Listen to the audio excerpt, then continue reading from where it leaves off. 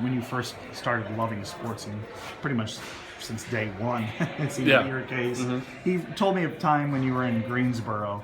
I think you were in kindergarten, and you'd go to the counselor's office and call to see if you get out of school.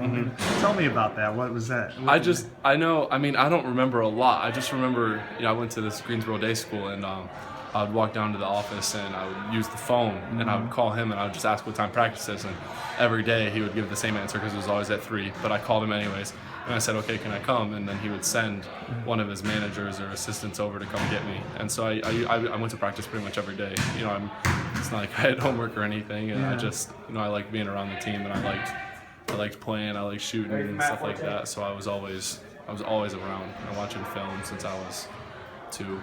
Wow. And pretty much just been around the game. And that at that young of an age, did you know that's when you loved sports and basketball and baseball in particular? Yeah, I've always loved sports. I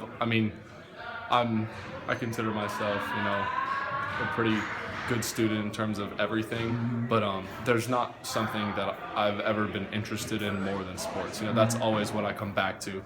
It's always, I'm always watching games, always, I actually enjoy watching film and stuff like that. I think it's fun. It's kind of weird, but, there's just certain things about games that I enjoy more so than, anything else, and I think that's what makes everything else stand out.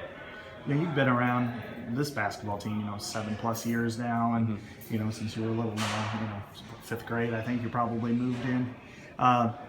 What's it been like you've been around for some great times and some rough times. So.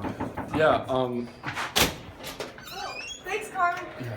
I think, moving here, we knew like the first couple of years, it was going to be kind of a rebuilding process with my dad, and I've always been more of a fan with his teams, but at the same time, I consider myself, I'm very invested in the team, and I love watching the games, but I watch them critically, kind of, like I think, I talk to my dad about each and every game afterwards, so, I try to really pay attention, we have good conversations, and, I usually watch with my brother, and I think we have good stuff that goes on between us during the games. And, it's always fun, sitting there watching the game, and certain games are fun, certain games aren't fun, but you gotta take the positives from every game.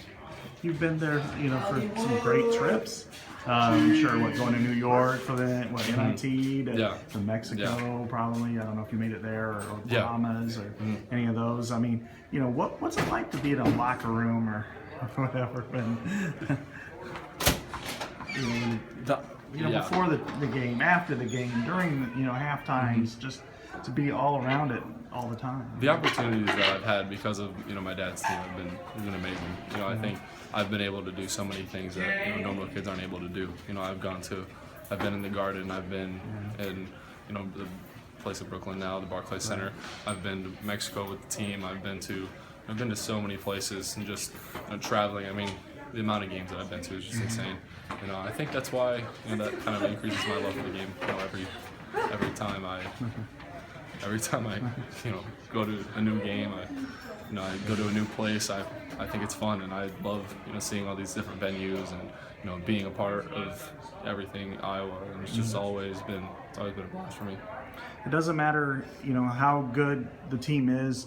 Your dad will always be a lightning rod for criticism. That's the way every college basketball coach is. Do you take it personally? Do you try not to take it personally? Do you try to ignore it? Do you see it on social media? How do you deal with that? Yeah, I see it, and I think, there's certain beefs that, people have that might be a little bit, like, you can say, okay, I see their point. I think, one of the things with my dad is people think he should take more timeouts. Like, every coach does it differently. If you want to have beef with them for that, go ahead. It's not a big deal. But a lot of the things people come up with is just, honestly, it's just stupid. So I don't even pay attention to it. Like, there's just a lot of people out there that really don't know what they're talking about. So you can't let, some dumb person on Twitter, really bother you. It's a waste of time, because they really don't know what they're talking about, and to let it bother you would just be not worth it.